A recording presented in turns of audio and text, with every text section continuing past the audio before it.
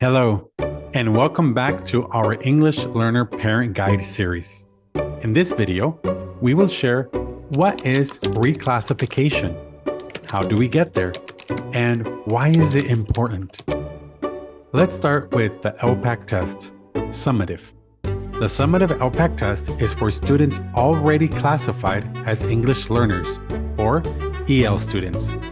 It measures how much a student has improved in learning English and shows their level of English skills or proficiency. Passing this test fulfills one of the criteria in their road to reclassification. Learning English is like going on a journey. This road shows that students start as beginners, called emerging students. Then, they keep learning and moving through different levels until they become good at English, which we call proficient. After that, some students might even earn a special award called the Seal of Biliteracy.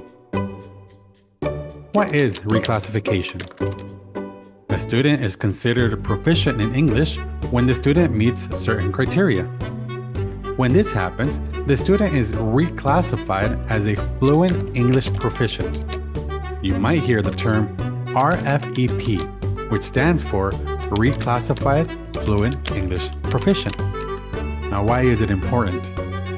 When students reclassify early, like before junior high, they can take more fun classes called electives.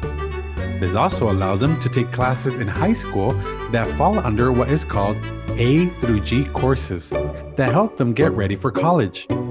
A through G courses are important because students need to pass them with good grades, a C or higher, to apply to many colleges. If students learn two languages well, they can even earn a special award called the Seal of Biliteracy. All of this helps students prepare for and be eligible for colleges like University of California and California State University. So, what is the reclassification criteria? There are 4 criteria that must be met in order for a student to reclassify. Number 1, a student needs an overall score of 4 on the ELPAC. Number 2, a student must meet the local measure based on performance in basic skills, proficiency on CAASPP English Language Arts, or performance in basic skills, district benchmark, also known as MAP growth. Number 3, students must meet the teacher evaluation criteria. This includes the district teacher observation rubric. And 4, parents will give their input. The student's teacher will call home to ask the parent for input, answer any questions, and explain the reclassification process. Then, the parent agrees that the child should be reclassified. Having that in mind, look for this card at your child's school. This describes the reclassification criteria and has a testing schedule information. And what happens after reclassification? Students will no longer be required to participate in designated English language development. Students will not take the annual ELPAC test.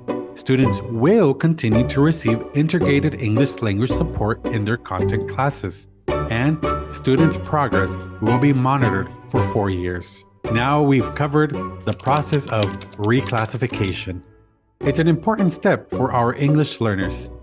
Stay tuned for video 3, which helps you understand the ELPAC test by domain. Thank you, and see you next time.